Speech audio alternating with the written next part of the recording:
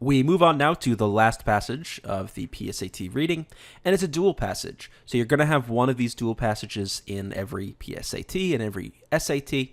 And as you can see, you've got two passages. You've got some questions that are about one of the passages, some questions that are about the other, and then the bulk of the passages about both. So in this video, I want to tell you what I think is the best general strategy for approaching dual passages. And basically, as you might expect, it's don't do the questions in order as they're presented necessarily, unless these questions follow a logical order. In this case, they kind of do.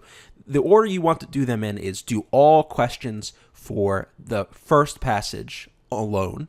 And in this case, that's questions 38, 39, 40. They only talk about passage 1. Then you do the questions about passage 2 only, right? So that would be numbers 41, 42, 43, and 44. After you've done all the single passage questions, right? You can do those in isolation. You don't have to have read passage 2 to do passage 1's questions and vice versa. Then you go on and do the dual passage questions. Now in this passage, it turns out that order actually is reflected in the order of the questions. No guarantee that that will be the case in future tests, but it doesn't really matter what the order is that's presented. You just do passage 1 questions, then passage 2 questions, then dual passage questions. So let's take a look at these. 38. The author of passage 1 suggests that the usefulness of de-extinction technology may be limited by the. Now notice, as I forgot to mention, 38 is what looks to be somewhat of a specific question. It's just we don't know exactly where the answer is going to be. That's kind of our task. 40 is a vocab and context question. So we're just going to go ahead and read the passage straight through and then answer these questions. So I'm not going to do that just to save some time. I recommend, if you haven't already, you definitely should have, but read through this passage. And we want to find the answer to this question. One thing you could do is use de-extinction technology as a keyword.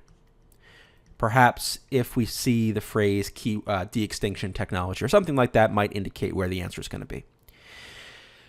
So we want to know what the usefulness of this technology may be limited by. So we're looking for some sort of limit or drawback or downside here. And indeed, we actually find it here.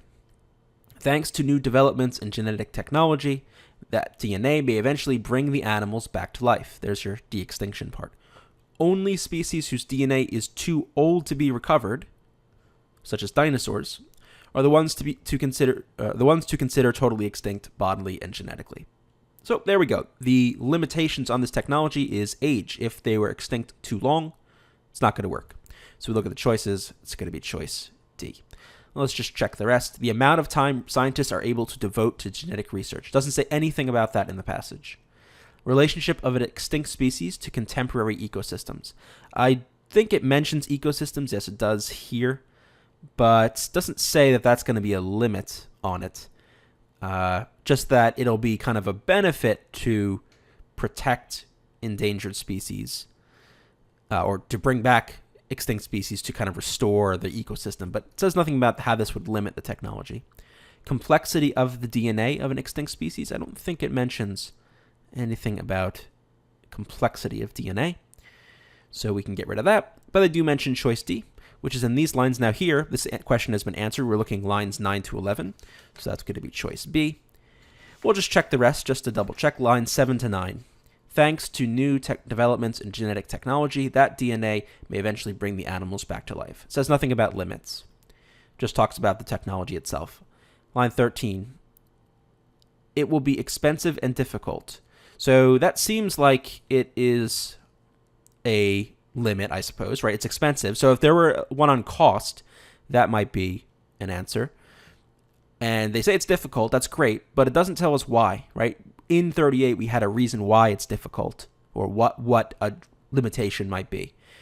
Line 13 just kind of tells us that there is a limit or that it's got to be difficult. It's got to be expensive. It doesn't tell us why. So not specific enough. It will take decades. It won't always succeed. Why even try? Again, it's kind of indicating that it's going to be pretty difficult, but it's not telling us why. So we can get rid of D. The answer here is B. As used in line 27, deepest most nearly means. Let's see. Furthermore, the prospect of de-extinction is profound news. That something as irreversible and final as extinction might be reversed is a stunning realization. The imagination soars. Just the thought of mammoths and passenger pigeons alive again invokes the awe and wonder that drives all conservation at its deepest level. So what do they mean by deepest here? What own word could we put in? So if it's being driven at its deepest level, one way to think about this is it's at its most basic level, or at its core level, or its foundational level, right? We're talking about this idea of bringing animals back to life is kind of the ultimate expression of conservation, right? Conservation, you're trying to keep animals from going extinct. Bringing them back to life is like the ultimate manifestation of that goal, right? It's conservation at its most basic, core, foundational, deepest level.